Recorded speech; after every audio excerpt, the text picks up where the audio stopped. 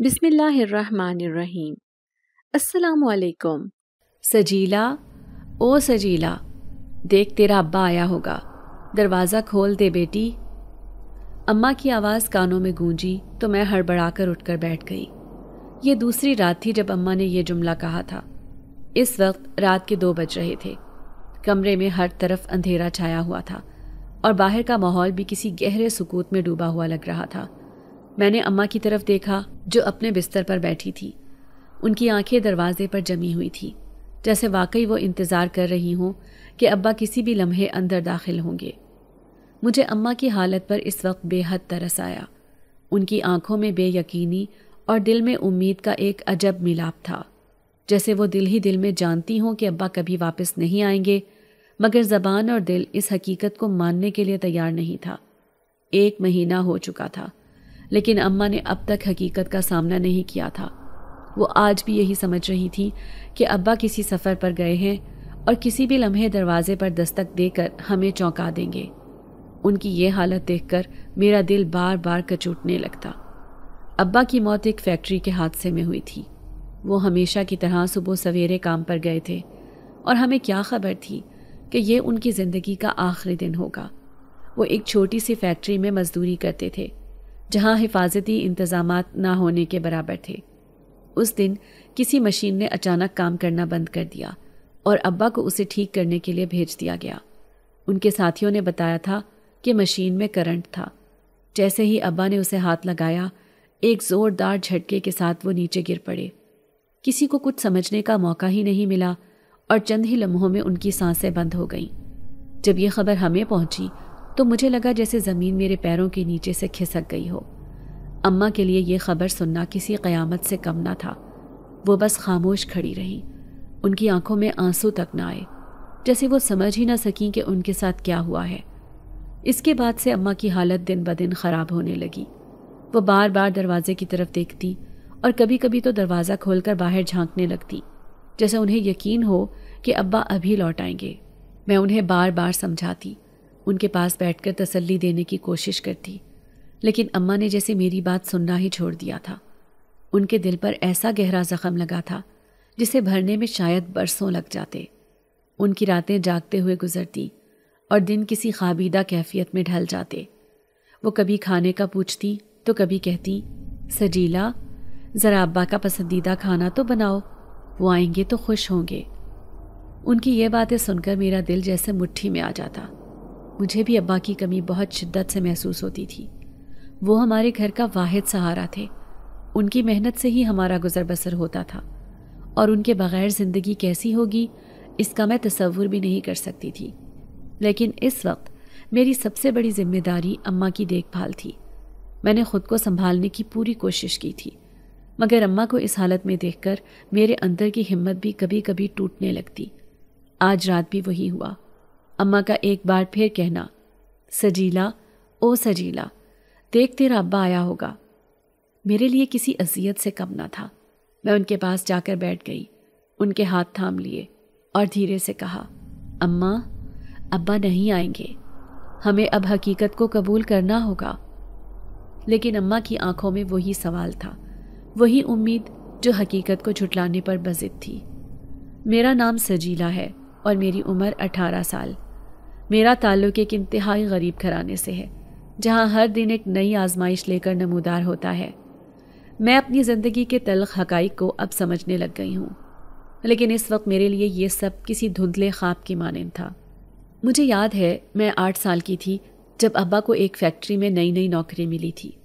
وہ دن ہماری زندگی میں کسی عید کی طرح آیا تھا۔ اماں نے خوشی کے مارے پہلی بار ہمارے لیے کچھ میٹھا بنایا تھا، جو کہ اس وقت ہمارے لیے کسی نعمت سے کم نہیں تھا۔ ہم بہنوں کے چہروں پر بھی ایک عجیب سی چمک تھی، کیونکہ ہمیں لگا کہ شاید اب ہماری زندگی کی مشکلات کم ہونے لگی ہیں۔ اماں اکثر ہمیں بتاتی تھی کہ ان کی زندگی کے ابتدائی دن کیسی مشکلات سے دوچار تھے۔ انہوں نے ہمیں بتایا تھا کہ ہم تینوں بہنوں کو پالنا ان کے لیے کسی پہاڑ کا بوجھ اٹھانے کے برابر تھا۔ غربت کا یہ عالم تھا کہ اگر ہم میں سے کوئی بیمار پڑ جاتا تو جیسے اماں اور ابا پر قیامت گزر جاتی۔ ہمارے پاس 2 وقت کی روٹی کے لیے بھی لالے پڑے رہتے تھے۔ ان دنوں ابا دہاڑی پر مزدوری کرتے تھے اور ان کی آمدنی اتنی کم تھی کہ کھانے پینے کے لیے بھی سوچ سمجھ کر خرچ کرنا پڑتا تھا۔ ماں خود بھی ہاتھ پر ہاتھ دھرے نہیں بیٹھتی تھی، وہ زمینداروں کے گھروں میں کام کرتی تھی، دن بھر اناج اور گندم صاف کرتی اور اس کی اجرت کے بدلے کچھ روپے لے آتی، یا کبھی کبھی تھوڑا سا اناج بھی مل جاتا۔ کبھی زمیندارنی پرانے کپڑے دے دیتی تو کبھی کوئی گھر کا سامان۔ یوں ہی ان کی گزر بسر ہو رہی تھی۔ جب ہم چھوٹے سے تھے تو ہم بھی اماں کے ساتھ زمینداروں کے گھر چلے جاتے تھے۔ ان کی بڑی بڑی کوٹھیاں تھیں، ہم بھی اپنے چھوٹے چھوٹے ہاتھوں سے اماں کا ہاتھ بٹاتی اور ان کے کاموں میں مدد کرتی تھی۔ ہم نے بچپن سے یہی سب سیکھا تھا، محنت اور صبر۔ ہمیں یقین تھا کہ ہماری زندگی ایک دن ضرور بدل جائے گی اور ہمیں اس کا صلہ ضرور ملے گا۔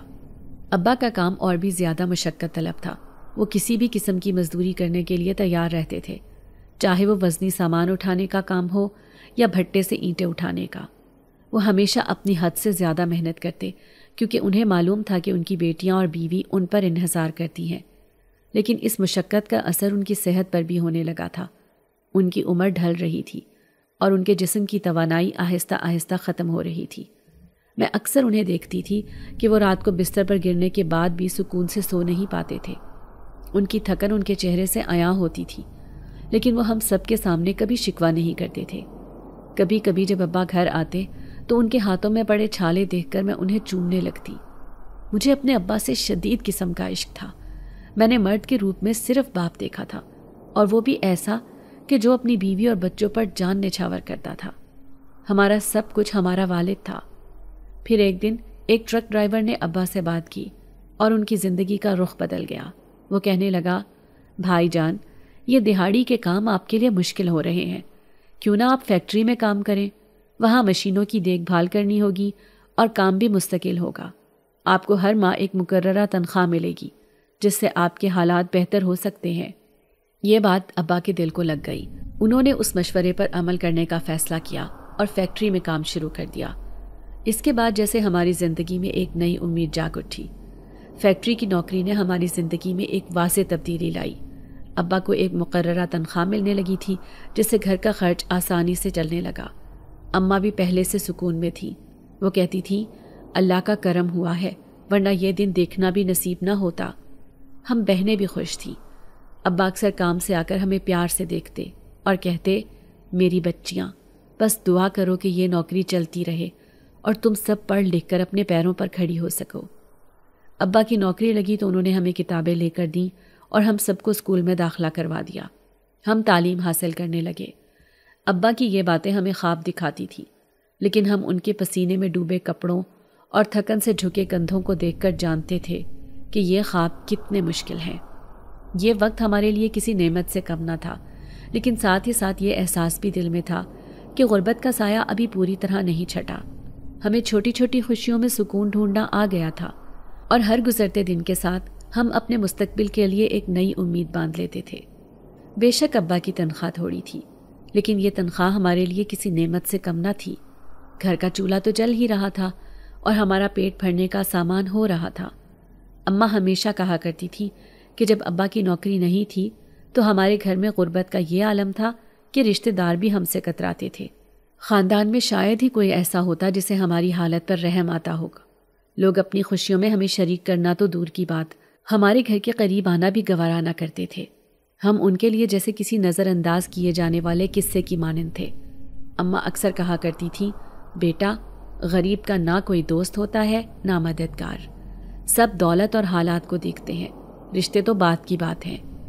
لیکن جب ابا کو فیکٹری میں نوکری ملی تو جیسے سب کچھ بدل گیا۔ خاندان کے وہی لوگ جو کبھی ہمارے دروازے پر قدم رکھنے سے ہچکچاتے تھے، اب ہمارے گھر آنے لگے۔ خاص طور پر میری دونوں پھپھو تو اکثر آتی تھیں۔ اماں ان کا استقبال خوش دلی سے کرتی، ان کے لیے کھانے پینے کا اہتمام کرتی۔ یہ سب دیکھ کر میں حیران بھی ہوتی اور خوش بھی۔ میری دونوں پھپھو شادی شدہ تھیں۔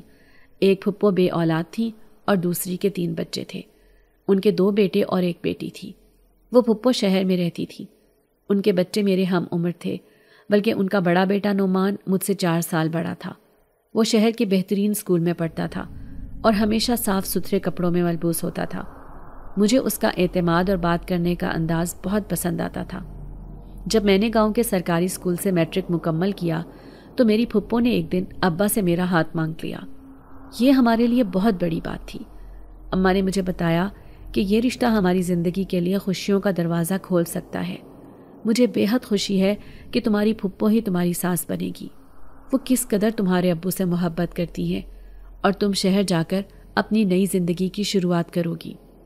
ابا نے جیسے ہی رشتے کی حامی بھری تو اس کے بعد ایک چھوٹی سی رسم ہوئی اور پھپھو میرے لیے ایک خوبصورت انگوٹھی لے کر آئیں۔ انہوں نے بڑے فخر سے کہا، اب یہ میری بہو ہے، میرے نعمان کی دلہن۔ یہ بات سن کر میرے دل میں خوشی کی ایک لہر دوڑ گئی۔ اماں اور ابا بھی دونوں اس رشتے سے خوش تھے۔ ہمارا پورا گھر جیسے خوشیوں سے بھر گیا تھا۔ میں نے اپنی آنکھوں میں نعمان کے ساتھ زندگی گزارنے کے بے شمار خواب سجائے تھے۔ مجھے یقین تھا کہ ایک دن میں بھی شہر جاؤں گی جہاں نعمان رہتا تھا۔ میں اکثر اس کے بارے میں سوچتی تھی اور اپنے مستقبل کے منصوبے بناتی تھی۔ وقت کے ساتھ ساتھ میری خوبصورتی میں بھی اضافہ ہو رہا تھا۔ میرے گھنگریالے بال، سبز آنکھیں اور سرخ و سفید رنگت مجھے دوسروں سے منفرد بناتے تھے۔ اماں اکثر مجھے دیکھ کر کہتی، بیٹا تم گھر سے باہر کم نکلا کرو، تم پر کسی کی بری نظر نہ پڑ جائے۔ ان کے اس مشورے کے بعد میں نے خود کو گھر تک محدود کر لیا تھا۔ میں اپنے آپ کو پہلے ہی نعمان کے نام سے منسوب کر چکی تھی اور اس رشتے کو اپنی سب سے بڑی پہچان سمجھتی تھی۔ میں ویسے بھی طبیعت میں بہت خاموش مزاج اور کم گو تھی۔ مجھے زیادہ گھلنا ملنا پسند نہیں تھا، لیکن جب میری پھپھو میرے گھر آتی تو میں ہر وقت مسکراتی رہتی۔ ان کے آنے سے میرے اندر ایک عجیب سی خوشی کی لہر دوڑ جاتی تھی۔ میں ان کے آگے پیچھے پھرتی، ان کے کام کرتی، ان کے لیے چائے بناتی، کیونکہ وہ میری ساس بھی تھی۔ مجھے ان کے ساتھ گھلنا ملنا زیادہ پسند تھا۔ محلے میں میری کوئی بھی سہیلی نہیں تھی یا پھر کوئی ایسی لڑکی جس سے میں ہنس بول کر بات کرتی۔ محلے میں سے جب کبھی کوئی ہمارے گھر آتا تو میں خاموشی سے کمرے میں چلی جاتی اور کسی سے بات نہ کرتی۔ محلے کی اکثر خواتین تو اماں سے کہتی، تیری بیٹی سجیلہ تو بہت ہی شرمیلی ہے، کسی سے بات چیت ہی نہیں کرتی، نہ کسی کے گھر آتی جاتی ہے، اسے ہمارے گھر بھیجا کرو۔ لیکن اماں ان سے کہتی کہ سجیلہ بچپن سے ایسی ہے، اپنی پھپھوؤں کے علاوہ تو یہ کسی سے بات ہی نہیں کرتی۔ ابا جس فیکٹری میں کام کرتے تھے وہ گاؤں کی شہر جانے والی سڑک کے کنارے واقع تھی۔ وہ روزانہ آدھے گھنٹے کا سفر کر کے وہاں پہنچتے۔ ہماری زندگی ان کی محنت سے چل رہی تھی۔ صبح سویرے اماں سب کے لیے چائے اور پراٹھے بناتی۔ ابا کو سویرے کام پر جانا ہوتا تھا، اسی لیے وہ سویرے ہی اٹھ کر سب کے لیے ناشتہ بنا دیتی۔ ہم سب کو بھی سویرے اٹھنے کی عادت تھی۔ اب ہم سب بہنیں آہستہ آہستہ بڑی ہو رہی تھیں اور میں تو 18 سال کی ہو گئی تھی۔ میری چھوٹی بہن 14 سال کی اور اس سے چھوٹی 10 سال کی۔ ابا کو نوکری کرتے کرتے اب 10 سال بیت گئے تھے اور ہم نے وہ دن بھی دیکھے تھے جب ابا کے بغیر ہماری زندگی کا تصور بھی ممکن نہیں تھا۔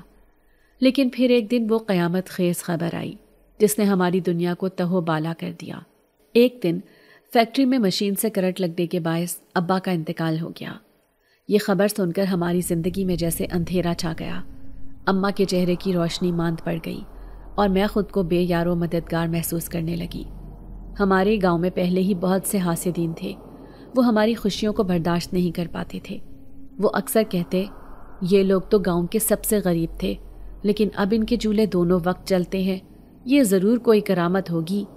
یقیناً سجیلہ کی ماں نے کسی پیر فقیر سے تعویذ دھاگے کروائے ہوں گے، تبھی تو ان کے دن پھر گئے، مگر یہ ہمیں تو کچھ بتاتے ہی نہیں ہیں۔ شاید ان کی نظر ہی ہماری خوشیوں کو کھا گئی تھی۔ ابا کے انتقال کے بعد وہ سب جو کبھی کبھار ہمارے گھر آتے تھے آہستہ آہستہ ہم سے دور ہونے لگے۔ ابا کی فوتگی کے تیسرے دن میری پھپھو ہمارے گھر آئیں۔ پہلے تو انہوں نے اماں کو تسلی دی اور ابا کی مغفرت کے لیے دعائیں کیں، لیکن پھر جب اماں کو ایک طرف لے گئیں تو بات کا رخ بدل دیا۔ وہ کہنے لگیں، بھابھی، ہمیں اپنے بھائی کا جتنا غم ہوگا شاید اتنا کسی کو نہیں ہو سکتا۔ میں نے اپنے بھائی کی وجہ سے یہ رشتہ مانگا تھا، لیکن اب جب وہی اس دنیا میں نہیں رہے تو رشتہ داری کا کوئی فائدہ نہیں۔ ویسے بھی میرے نعمان کو اس رشتے میں کوئی خاص دلچسپی نہیں تھی۔ اس نے اپنے ساتھ پڑھنے والی ایک لڑکی سے شادی کا وعدہ کر رکھا ہے۔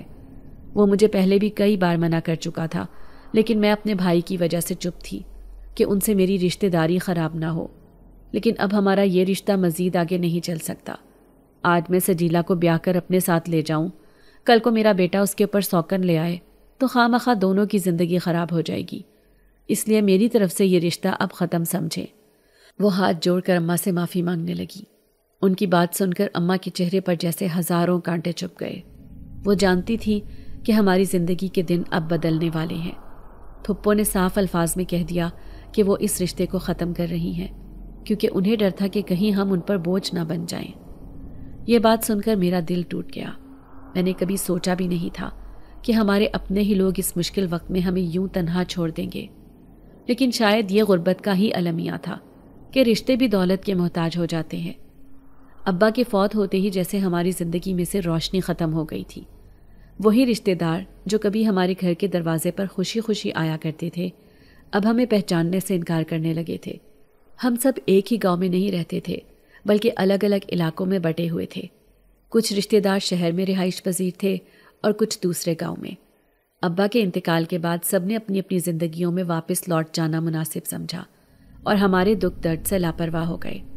ہمارے خاندان سے اگر کوئی آیا بھی تو وہ صرف میری 2 پھپھو تھیں، جنہوں نے رسماً 2 دن ہمارے گھر گزارے اور پھر اپنے گھروں کو روانہ ہو گئیں۔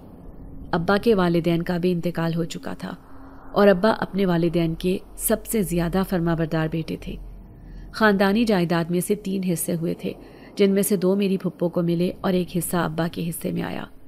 لیکن شاید غربت اور حالات نے ابا کو زیادہ آگے بڑھنے کا موقع ہی نہیں دیا تھا۔ تعلیم کی کمی نے ان کی زندگی میں روزگار کے مواقع کی کمی پیدا کر دی تھی اور وہ کسی اچھی نوکری کے قابل نہیں تھے۔ انہوں نے یہ فیصلہ کیا تھا کہ جہاں اماں کا مائکہ ہے وہیں پر ایک چھوٹا سا مکان بنا لیا جائے۔ انہوں نے گاؤں میں زمینوں پر مزدوری کرتے ہوئے اپنی زندگی کو سنوارنے کی کوشش کی اور ہمیں پالنے کا بیڑا اٹھایا۔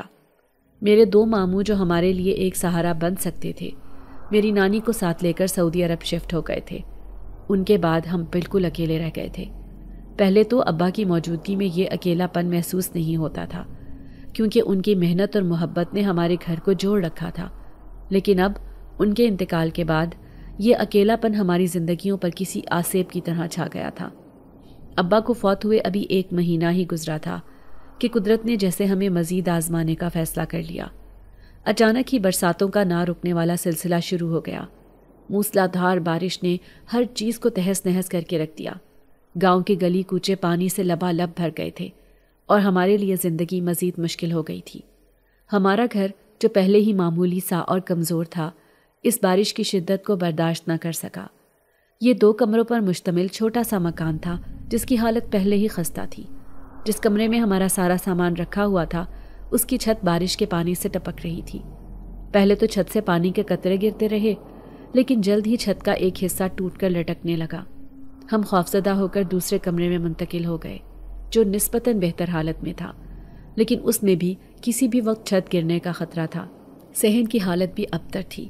وہ کچا صحن جو پہلے ہی دھول مٹی کا منظر پیش کرتا تھا، اب کیچڑ سے اٹا ہوا تھا۔ ہر طرف پانی اور کیچڑ نے ہماری زندگی کو مزید مشکل بنا دیا تھا۔ کھانا پکانا تو دور کی بات، ہم اپنے قدم تک زمین پر ٹھیک طرح سے جما نہیں سکتے تھے۔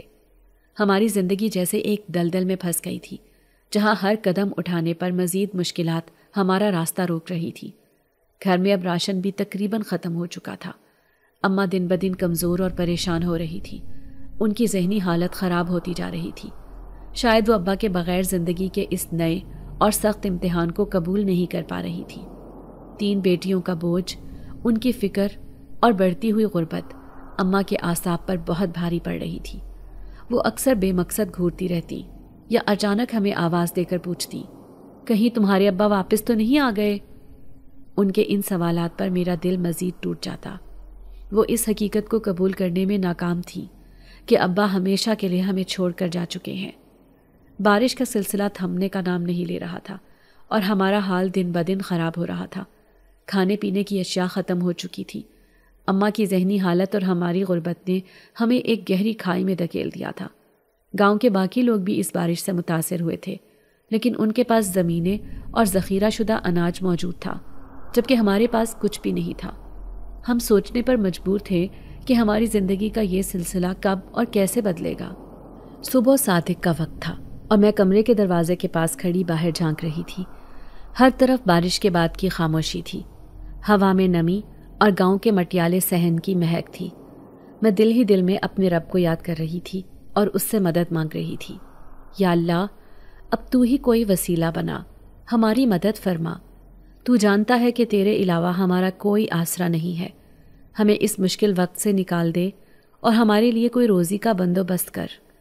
میں اپنی بیمار ماں کو آخر کس طرح سے پالوں؟ میں نے تو دنیا بھی ٹھیک سے نہیں دیکھی، نہ مجھے کوئی ایسی نوکری مل سکتی ہے جس سے میں اپنے گھر کی کفالت کر سکوں۔ میں ابھی صحن میں کھڑی اپنے داخلی دروازے کو گھور رہی تھی کہ اماں نوری نے اچانک آواز دی، ارے سجیلا بیٹی، سنا ہے گاؤں میں راشن بٹ رہا ہے، چادر لے میرے ساتھ چل۔ اماں نوری میری ماں کی دور کی خالہ تھیں۔ وہ جوانی میں ہی اپنے شوہر اور بیٹے کو کھو چکی تھی اور اس صدمے نے ان کی حالت بگاڑ دی تھی۔ وہ اکثر بیتوکے جملے بولتی رہتی تھیں اور لوگ انہیں نیم پاگل کہہ کر نظر انداز کر دیتے تھے، مگر آج ان کی بات میں ایک امید کی جھلک تھی جسے نظر انداز کرنا میرے لیے ممکن نہیں تھا۔ پہلے تو میں نے ان کی بات کو سنجیدہ نہیں لیا، سوچا کہ اماں نوری شاید وہم کا شکار ہو رہی ہیں یا کچھ غلط سن کر ہمیں مشقت میں ڈالنا چاہتی ہیں، مگر پھر دل میں ایک امید جاگی کہ شاید واقعی راشن بانٹنے والے آئے ہوں۔ پچھلے کئی دنوں سے گھر میں کھانے کو کچھ بھی نہیں تھا، اماں کی حالت بد سے بدتر ہوتی جا رہی تھی اور ہم بہنیں بھوکے پیٹ سونے کی عادت ڈال چکی تھی۔ اس لیے میں نے فیصلہ کیا کہ دیکھنے میں کوئی حرج نہیں۔ میں نے جلدی سے اپنی لمبی سیاہ چادر نکالی اور اسے اوڑھ لیا۔ اس چادر سے میرا چہرہ بھی ڈھک گیا تھا اور یہ میرے لیے ایک طرح کی ڈھال تھی۔ گاؤں کے لوگ ایک دوسرے کو پہچانتے تھے اور میں نہیں چاہتی تھی کہ کوئی مجھے راشن لینے کے لیے قطار میں کھڑا دیکھے۔ میں اماں نوری کے پیچھے پیچھے چلنے لگی۔ راستہ بہت کٹھن تھا، بارش کے بعد کی کیچڑ میں چلنا کسی امتحان سے کم نہیں تھا۔ اماں نوری جو عمر رسیدہ اور کمزور تھی، اپنے کپڑوں کو بار بار سمیٹتے ہوئے آگے بڑھ رہی تھی اور میں ان کی مدد کرنے کے لیے تیار تھی، مگر اپنی ہچکچاہٹ کی وجہ سے خاموش رہی۔ کافی دیر چلنے کے بعد ایک سفید رنگ کا کیمپ نظر آیا۔ وہاں بہت سے لوگ قطار میں کھڑے تھے اور راشن حاصل کرنے کے لیے بے چینی سے انتظار کر رہے تھے۔ کیمپ کے قریب پہنچ کر دیکھا کہ کچھ لوگ بڑی بوریاں لے کر جا رہے تھے جن پر آٹے، چاول اور دالوں کے نشان تھے۔ میرے دل میں ایک ہلکی سی امید جاگی کہ شاید آج ہمیں بھی کچھ مل جائے۔ میں اپنی اماں کو بتا کر گھر سے نکلی تھی۔ میری بہنیں بھی اس وقت بھوک سے نڈھال تھیں۔ میں جلدی سے قطار میں کھڑی ہو گئی، مگر قطار بہت لمبی تھی۔ ایسا لگ رہا تھا جیسے پورا گاؤں یہاں امڈ آیا ہو۔ میرے سامنے بہت سے لوگ کھڑے تھے اور سب کے چہروں پر تھکن اور اضطراب نمایاں تھا۔ کچھ عورتیں اپنے بچوں کو سنبھال رہی تھیں جو بھوک سے بے چین ہو کر رو رہے تھے۔ کچھ مرد جو ہاتھ میں لاٹھیاں اور چھوٹے برتن لیے کھڑے تھے اپنی باری کا انتظار کر رہے تھے۔ میں قطار کے آخر میں تھی اور میرا دل خوف سے دھڑک رہا تھا۔ میں بار بار یہ سوچ رہی تھی کہ اگر میری باری آنے سے پہلے راشن ختم ہو گیا تو میں کیا کروں گی؟ یہ خیال میرے دل کو مزید بے چین کر رہا تھا۔ راشن تقسیم کرنے والا ایک نوجوان تھا جس کے چہرے پر گہری سنجیدگی تھی۔ وہ بڑے اعتماد سے بوریاں لوگوں کے ہاتھوں میں تھما رہا تھا اور ہر ایک کو تسلی دے رہا تھا کہ سب کو راشن ملے گا۔ میری نظریں بار بار اسی نوجوان پر جا رہی تھیں۔ وہ کبھی کبھار میری طرف دیکھتا اور میں فوراً نظریں جھکا لیتی۔ شاید وہ میری بے چینی کو محسوس کر رہا تھا یا شاید میری باری کے انتظار کی کیفیت کو سمجھ گیا تھا۔ آہستہ آہستہ قطار آگے بڑھنے لگی۔ ایک ایک کر کے لوگ اپنی بوریاں لے کر جا رہے تھے۔ میں قطار کے آخر میں کھڑی تھی اور ہر گزرتے لمحے کے ساتھ میرا دل ڈوبنے لگتا۔ میرے ذہن میں ہزاروں خیالات گردش کر رہے تھے۔ کیا ہوگا اگر میں خالی ہاتھ گھر لوٹوں؟ اماں کو کیا جواب دوں گی؟ اور اگر لوگ مجھے پہچان لیں تو کیا میرا مذاق اڑائیں گے؟ جیسے ہی قطار چھوٹی ہونے لگی میرا خوف کچھ کم ہوا، مگر یہ خوف بھی تھا کہ کہیں میرے پہنچنے سے پہلے سامان ختم نہ ہو جائے۔ نوجوان جو راشن تقسیم کر رہا تھا میری طرف دیکھ کر مسکرایا اور میں نے نظریں جھکا لی۔ شاید وہ میری حالت سمجھ رہا تھا یا شاید وہ صرف مجھے تسلی دینا چاہتا تھا۔ آخر کار جب میری باری آئی تو میرا دل جیسے دھڑکنا بھول گیا۔ میں چپ چاپ اپنی جگہ کھڑی رہی اور جب اس نے مجھے اشارہ کیا تو میں آگے بڑھی۔ میرے ہاتھ لرز رہے تھے اور دل میں ایک عجیب سی بے یقینی تھی کہ آیا آج ہماری قسمت بدلنے والی ہے یا نہیں۔ اماں نوری نے اپنے ساتھ ایک لڑکے کو بھی راشن اٹھانے کے لیے لایا تھا، جبکہ میں اکیلی لڑکی تھی اور خود پر بوجھ ڈالنے کے لیے تیار تھی۔ قطار کے آخر میں کھڑے رہ کر جب آخر کار میری باری آئی اور نوجوان نے بوری میرے ہاتھوں میں تھمانے کی کوشش کی تو میرا دل دھک سے رہ گیا۔ میرے ہاتھ لرزنے لگے کیونکہ بوری کا وزن میرے اندازے سے کہیں زیادہ تھا۔ اس میں 20 کلو آٹا، 20 کلو چاول 5 کلو دال، چینی اور کچھ اور سامان تھے جو میرے نازک ہاتھوں اور کمزور جسم کے لیے بہت زیادہ تھے۔ نوجوان نے فوراً میری کیفیت بھانپ لی اور بوری کو واپس رکھ دیا۔ وہ کچھ لمحے میرے چہرے کو دیکھتا رہا، پھر نرم لہجے میں کہنے لگا، اب راشن تقسیم ہو چکا ہے، آپ مجھے اپنے گھر کا پتہ بتائیں، میں یہ سامان خود آپ کے گھر پہنچا دیتا ہوں، بلکہ ایسا کرتے ہیں کہ جو بھی سامان بچا ہے یہ میں آپ کو ہی دے دوں گا۔ اس کی بات سن کر میں حیران رہ گئی۔ میں نے بے یقینی سے اس کی طرف دیکھا اور وہ ایک لمحے کے لیے ساکت ہو گیا، جیسے میری نظریں اسے اپنی جگہ سے ہلا نہ سکیں۔ اس کی گہری نظریں میری سبز آنکھوں میں کھو گئیں اور میں بھی غیر ارادی طور پر اس کے حسن میں ڈوب گئی۔ ہماری نظریں آپس میں ملی رہیں جیسے وقت رک سا گیا ہو، لیکن پھر میں جلدی سے گھبرا گئی اور اپنے نقاب کو درست کرنے لگی۔ میرے چہرے پر میرے گھنگریالے بال نقاب کے باہر جھانک رہے تھے، جو بار بار میرے چہرے کے سامنے آ رہے تھے۔ میں ان بالوں کو قابو کرنے کی ناکام کوشش کر رہی تھی جب اس نے آہستہ سے کہا، اتنا بھاری سامان آپ کیسے اٹھا سکتی ہیں؟ یہ ممکن نہیں، میں یہ سامان آپ کے گھر پہنچا دیتا ہوں۔ اس کی بات میں سچائی اور ہمدردی تھی اور میں نے جھجکتے ہوئے کہا، ٹھیک ہے، آپ میرے پیچھے آئیں، میں آپ کو گھر کا راستہ دکھا دیتی ہوں۔ میں اسے لے کر اپنے گھر کی طرف روانہ ہو گئی۔ راستے میں ہم دونوں خاموش تھے، مگر میرے دل کی دھڑکن غیر معمولی طور پر تیز تھی۔ مجھے اس کا پیچھے پیچھے چلنا عجیب لگ رہا تھا، لیکن دل میں ایک انجانی سی تسلی بھی تھی کہ وہ شخص واقعی مدد کرنے آیا ہے۔ جب ہم گھر پہنچے تو اس نے گھر کے اندر جھانک کر ہر چیز کو عجیب نظروں سے دیکھنا شروع کر دیا۔ ہمارے 2 کمروں کے کچے گھر کی حالت بہت خستہ تھی۔ ایک کمرے کی چھت کا کچھ حصہ گر چکا تھا اور دوسرے کمرے میں ہم بہنیں اور اماں کسی طرح زندگی گزار رہے تھے۔ وہ چپ چاپ کھڑا ہمارے گھر کے ارد گرد نظر دوڑا رہا تھا اور اس کے چہرے پر مایوسی اور ہمدردی کا امتزاج تھا۔ میں نے اس کی نظریں دیکھ کر کہا، گاؤں میں تقریباً سبھی لوگوں کے گھر ایسے ہی ہیں، لیکن ہمارا گھر شاید سب سے پرانا ہے۔ ابا اسے تعمیر کروانا چاہتے تھے، لیکن ان کا 2 مہینے پہلے انتقال ہو گیا۔ میری آواز بھاری ہو گئی اور آنکھوں سے آنسو تیرنے لگے۔ میں نے فوراً اپنی نظریں جھکا لی۔ وہ میری بات سنتا رہا، پھر آہستہ سے بولا، آپ لوگوں کی زندگی کتنی مشکل ہے، لیکن آپ فکر نہ کریں، اب میں یہاں ہوں نا، آپ کی زندگی بدل دوں گا۔ اس کی بات سن کر میں حیرت سے اس کی طرف دیکھنے لگی۔ اس کے لہجے میں ایسی یقین دہانی اور عزم تھا جو میں نے کبھی کسی اور میں نہیں دیکھی تھی۔ میں سمجھ نہیں پا رہی تھی کہ وہ یہ سب کیوں کر رہا ہے، مگر اس کے الفاظ دل کو تسلی دے رہے تھے۔ کچھ لمحوں کے لیے میں خاموش کھڑی رہی، پھر بولی، آپ کا شکریہ کہ آپ نے اس وقت ہماری مدد کی، ہم اس احسان کو کبھی نہیں بھولیں گے۔ وہ میری بات پر مسکرایا اور اس کی نظریں جھک گئیں۔ میں نے اسے حیرت سے دیکھا اور اس لمحے میرے دل میں کچھ عجیب سا احساس پیدا ہوا، جیسے کوئی ایسا شخص ہماری زندگی میں آیا ہے جو ہمارے دکھوں کا مداوا کرنے کا ارادہ رکھتا ہے۔ سامان رکھنے کے بعد وہ چند لمحے خاموش کھڑا رہا، پھر بولا، آپ لوگوں کو کچھ اور بھی ضرورت ہو تو مجھے بتائیں، میں دوبارہ آؤں گا۔ یہ کہہ کر وہ پلٹا اور چلنے لگا۔ میں دروازے کے پاس کھڑی اسے جاتے ہوئے دیکھتی رہی اور میرے دل میں ایک ہلکی سی امید جاگی کہ شاید ہماری زندگی میں اب کوئی مثبت تبدیلی آنے والی ہے۔ شام کے وقت میں نے بہت سادگی سے دال اور چاول تیار کیے۔ یہ وہی کھانے کی چیزیں تھیں جو ہمیں امداد میں ملی تھی، لیکن میرے دل میں سکون تھا کہ کم از کم ہمارے پاس کچھ کھانے کو موجود تھا۔ اماں کو کھانا کھلانے کے لیے میں نے چھوٹی بہن کو آواز دی۔ وہ اماں کا کھانا لے کر گئی اور انہیں کھلانے لگی، پھر ان کو دوائی دی اور انہیں سلا دیا۔ ان کی حالت دیکھ کر میرا دل بھر آیا، لیکن ساتھ ہی ایک ہلکی سی امید بھی جاگی کہ اب ہماری زندگی کچھ بہتر ہو سکتی ہے۔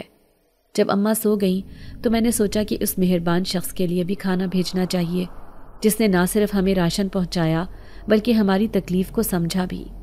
میں نے ایک بڑے سے برتن میں 2 پلیٹ چاول نکالے اور ایک ڈونگا بھر کر دال کا اوپر رکھ دیا۔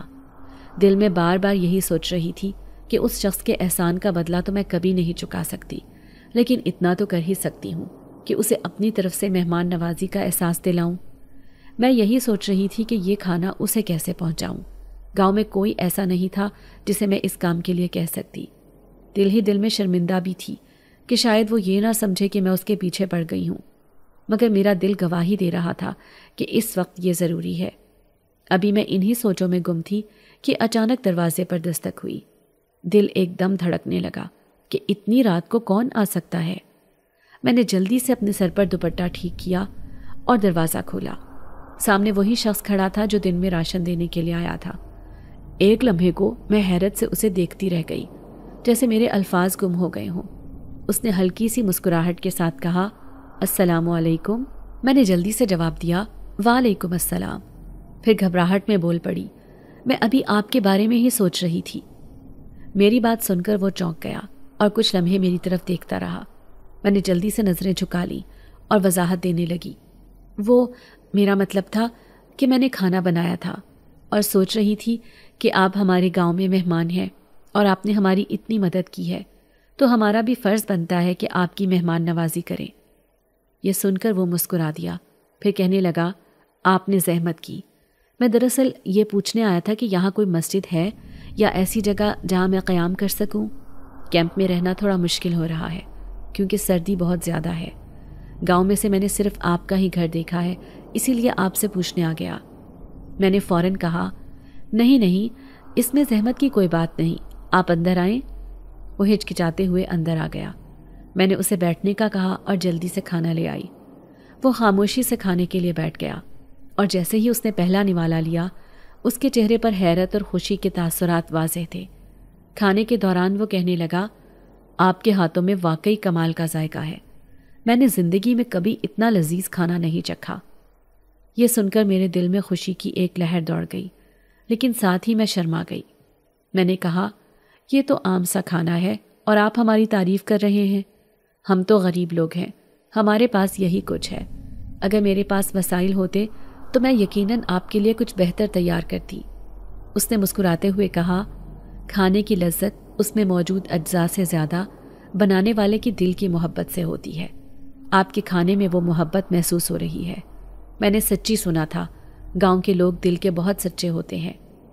اس کی باتیں سن کر میں نے سوچا کہ شاید واقعی وہ انسان غیر معمولی طور پر اچھا ہے، جو نہ صرف مدد کر رہا ہے بلکہ اپنے الفاظ سے بھی سکون دے رہا ہے۔ کھانے کے دوران ہم نے زندگی کے عام موضوعات پر بات کی۔ میں نے اسے بتایا کہ ابا کے انتقال کے بعد ہماری زندگی کتنی بدل گئی ہے اور ہم کیسے حالات کا مقابلہ کر رہے ہیں۔ وہ غور سے میری باتیں سنتا رہا اور کبھی کبھی مشورے دیتا رہتا۔ جب وہ کھانے سے فارغ ہوا تو میں نے کھانے کے برتن سمیٹے اور وہ کھڑا ہو گیا۔ جانے سے پہلے وہ کہنے لگا، آپ لوگ بہت ہمت والے ہیں، فکر نہ کریں، سب ٹھیک ہو جائے گا۔ میں نے جھجکتے ہوئے اس سے کہا، اگر آپ مناسب سمجھیں تو آج رات یہیں رک سکتے ہیں، بارش اب بند ہو چکی ہے اور دوسری کوئی مناسب جگہ شاید آپ کو نہ ملے، میں دوسرے کمرے میں آپ کے لیے بستر لگا دیتی ہوں۔ یہ کہتے ہوئے میرے لہجے میں شرمندگی جھلک رہی تھی، کیونکہ مجھے معلوم تھا کہ ہمارا دوسرا کمرہ بہت زیادہ خستہ حال ہے، اس کی چھت بھی کچھ جگہوں سے ٹوٹی ہوئی ہے۔ میں نے مزید وضاحت دی، گھبرانے کی کوئی بات نہیں، چھت مکمل نہیں گرے گی کیونکہ اب بارش بھی تھم چکی ہے۔ وہ مسکرا کر بولا، اگر آپ کو زحمت نہ ہو تو میں یہیں رک جاتا ہوں، مجھے واقعی کوئی اور جگہ نہیں مل رہی رکنے کے لیے۔ اس کی باتوں میں عاجزی تھی اور اس کا لہجہ اتنا مہذب تھا کہ مجھے بھی سکون سا محسوس ہوا۔ پھر اس نے واش روم کا پوچھا اور میں نے اسے راستہ دکھایا۔ وہ وضو کرنے چلا گیا اور میں نے فوراً اس کے لیے دوسرے کمرے میں بستر لگانا شروع کر دیا۔ میں نے اپنی استطاعت کے مطابق ایک نرم سا بستر بچھایا اور اوپر ایک بڑی رضائی ڈال دی تاکہ اسے ٹھنڈ نہ لگے۔ دل ہی دل میں دعا کر رہی تھی کہ وہ ہمارے معمولی انتظامات سے برا نہ مانے۔ کچھ دیر بعد وہ وضو کر کے آیا اور جائے نماز کا پوچھا۔ میں نے اسے جائے نماز تھمائی اور کمرے کی طرف اشارہ کیا۔ وہ کمرے میں جا کر نماز پڑھنے لگا۔ اس کا خدا کے ساتھ یہ تعلق اور عاجزی دیکھ کر میرے دل میں اس کے لیے عزت مزید بڑھ گئی۔ میں دل ہی دل میں سوچنے لگی کہ دنیا میں ایسے نیک لوگ کتنے کم رہ گئے ہیں جو نہ صرف دوسروں کے کام آتے ہیں بلکہ اپنے رب کو بھی یاد رکھتے ہیں۔ رات کا کھانا کھا کر اور اماں کو دیکھ کر میں اپنے بستر میں لیٹ گئی، لیکن نیند میری آنکھوں سے کوسوں دور تھی۔ میرے ذہن میں بار بار اس مہمان کا خیال آ رہا تھا، اس کی باتیں، اس کا اخلاق اور اس کا رویہ، سب کچھ میرے لیے غیر معمولی تھا۔ میں سوچ رہی تھی کہ اگر دنیا میں ہر کوئی ایسے ہی نیک نیت ہو تو زندگی کتنی آسان ہو جائے۔ کافی دیر تک انہی خیالات میں الجھی رہی، پھر آخر کار نیند نے مجھے آ گھیرا۔ اچانک آدھی رات کے قریب میری آنکھ کھل گئی۔ میں نے خود کو بے وجہ جاگتا پایا اور محسوس کیا کہ صحن میں ایک عجیب سی روشنی پھیل رہی ہے۔ میرا دل تیزی سے دھڑکنے لگا اور میں گھبرا کر بستر سے اٹھ کھڑی ہوئی۔ روشنی اتنی انوکھی تھی کہ لگتا تھا جیسے کسی غیر معمولی چیز کا عکس ہو۔ میں نے آہستگی سے دروازے کی طرف قدم بڑھائے اور صحن کا جائزہ لیا۔ یہ روشنی اس کمرے سے نکل رہی تھی جہاں ہمارا مہمان ٹھہرا ہوا تھا۔ اس روشنی کی شدت اتنی زیادہ تھی کہ دروازے کے پوروں سے باہر نکل کر صحن میں پھیل رہی تھی۔ میں حیرت سے ساکت کھڑی رہی، سوچ رہی تھی کہ یہ روشنی کیسی ہو سکتی ہے۔ ہمارے گھر میں تو کوئی ایسی روشنی کا ذریعہ نہیں تھا، نہ ہی کوئی لائٹ یا چراغ۔ یہ منظر کسی خواب جیسا لگ رہا تھا، لیکن میں جانتی تھی کہ میں پوری طرح جاگ رہی ہوں۔ میرے دل میں آیا کہ جا کر اس کے کمرے کے دروازے پر دستک دوں اور معلوم کروں کہ اندر کیا ہو رہا ہے، لیکن پھر خیال آیا کہ یہ مناسب نہیں ہوگا۔ وہ ایک مہمان ہے اور آدھی رات کو اسے پریشان کرنا بدتمیزی ہوگی۔ میں نے اپنے خوف اور تجسس کو دباتے ہوئے واپس اپنے بستر پر جانے کا فیصلہ کیا، لیکن بستر پر لیٹنے کے بعد بھی میرے ذہن میں سوالات گردش کرنے لگے۔ یہ روشنی آخر کیا تھی؟ کیا وہ شخص واقعی ایک عام انسان ہے یا کوئی غیر معمولی ہستی ہے؟ میرے دل میں الجھن اور خوف کا ایک طوفان برپا تھا۔ میں نے خود کو یقین دلایا کہ یہ محض میرا وہم ہو سکتا ہے، شاید بارش کے پانی کی وجہ سے کسی چیز کا عکس ہو۔ انہی خیالات کے ساتھ نہ جانے کب میری آنکھ لگ گئی اور میں گہری نیند میں ڈوب گئی۔ اگلی صبح جب میری آنکھ کھلی تو میرے ذہن میں پہلی بات یہی آئی کہ مہمان کی خیریت معلوم کروں، لیکن جیسے ہی میں نے اس کمرے کی طرف نظر ڈالی جہاں وہ رات ٹھہرا ہوا تھا تو حیرت کا ایک جھٹکا لگا۔ کمرے کا دروازہ کھلا تھا لیکن اندر کوئی موجود نہیں تھا۔ یہ منظر دیکھ کر میرا دل عجیب سی کیفیت میں مبتلا ہو گیا۔ وہ کہاں چلا گیا؟ نہ کوئی اطلاع دی، نہ ناشتے کا انتظار کیا اور نہ ہی مجھ سے بات کی۔ میں کچھ دیر یوں ہی سوچتی رہی، لیکن پھر اپنی روزمرہ کی ذمہ داریوں میں لگ گئی۔ اماں کے لیے میں نے جلدی جلدی ناشتہ بنایا اور چھوٹی بہن کو بلایا تاکہ وہ اماں کو ناشتہ کروا سکے۔ میری دونوں بہنیں مجھ سے عمر میں چھوٹی تھیں اور گاؤں کے سرکاری اسکول میں پڑھتی تھیں، لیکن حالیہ بارشوں کی وجہ سے گاؤں کا نظام درہم برہم ہو چکا تھا۔ اسکول بند تھے اور وہ دونوں گھر میں ہی اپنا کام کرتی تھی۔ میں اکثر ان کی پڑھائی میں مدد کر دیا کرتی تھی، لیکن زیادہ تر وقت گھر کے کاموں کی ذمہ داری میرے کندھوں پر ہی ہوتی تھی۔ ابھی میں اپنا ناشتہ لے کر بیٹھ ہی رہی تھی کہ اچانک سامنے سے وہ نوجوان آتا دکھائی دیا۔ اس کی آمد نے میرے دل کو سکون دیا، کیونکہ میں صبح سے اس کی خیریت کے بارے میں ہی سوچ رہی تھی۔ اس نے سلام کیا اور میں فوراً احتراماً کھڑی ہو گئی۔ اس کے آتے ہی میں نے کہا، آپ کہاں چلے گئے تھے؟ میں آپ کے لیے چائے لا رہی تھی۔ وہ مسکرا کر بولا، بس کچھ ضروری کام سے گیا تھا۔ وہ آہستہ سے آ کر ساتھ بچھی چارپائی پر بیٹھ گیا اور اماں کی طرف دیکھنے لگا۔ پھر وہ نرمی سے کہنے لگا، خالہ آپ پریشان مت ہوں، سب ٹھیک ہو جائے گا۔ اماں نے اس کی بات سن کر ہلکا سا مسکرا دیا۔ اماں کے چہرے پر اتنے عرصے کے بعد مسکراہٹ دیکھ کر میرا دل خوشی سے بھر گیا۔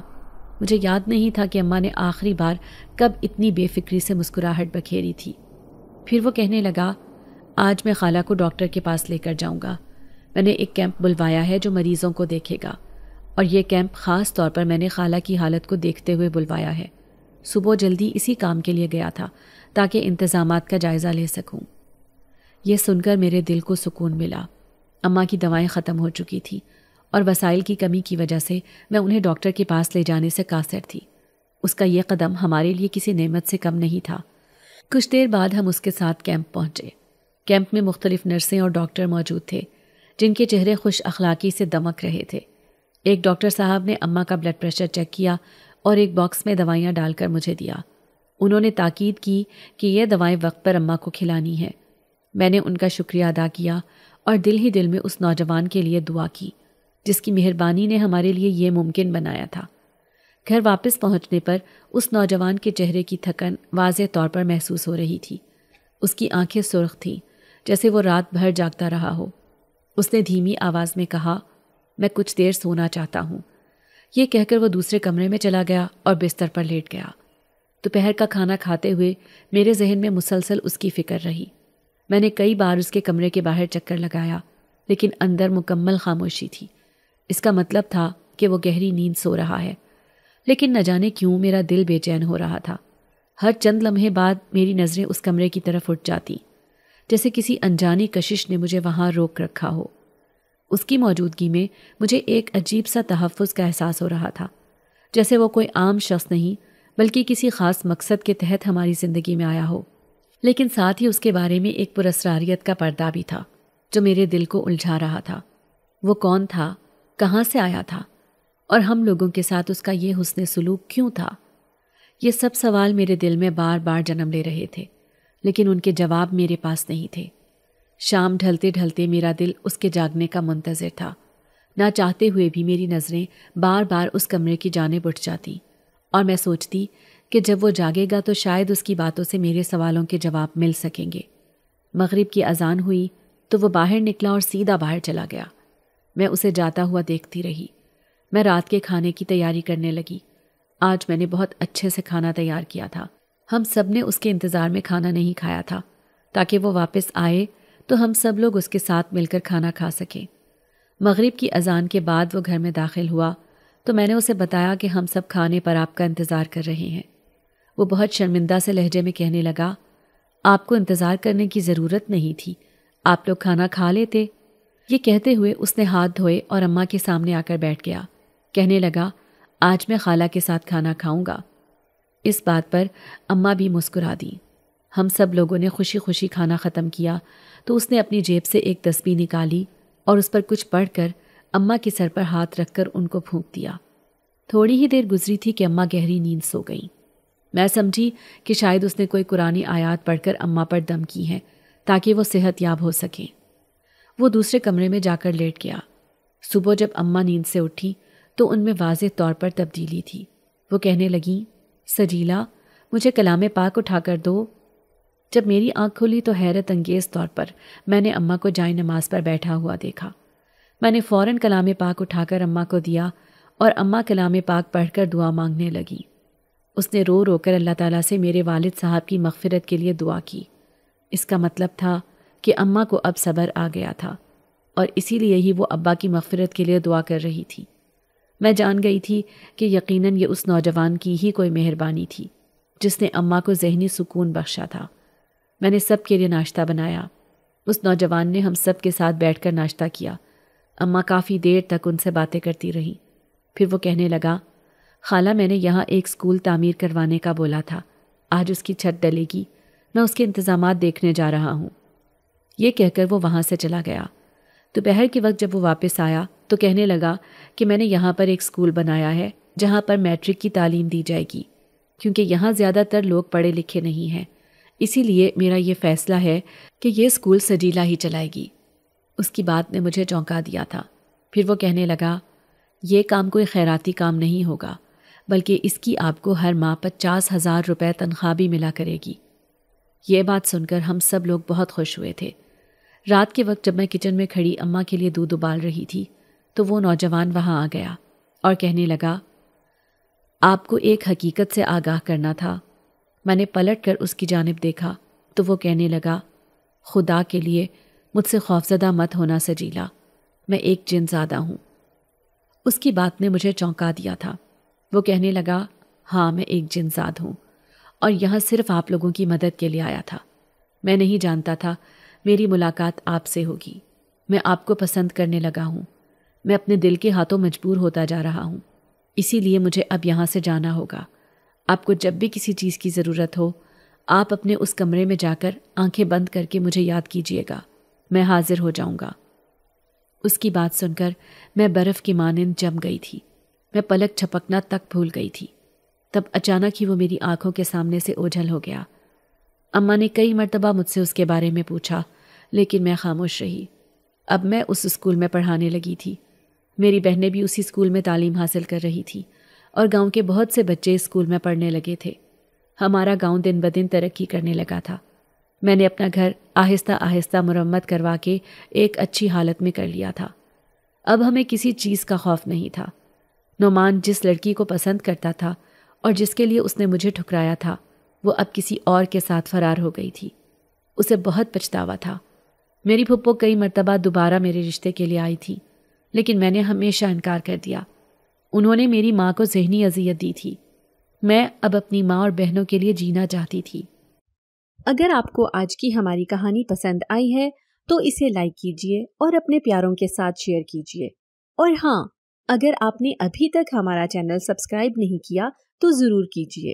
ملتے ہیں کل ایک نئی اور دلچسپ کہانی کے ساتھ. تب تک کے لیے اللہ حافظ.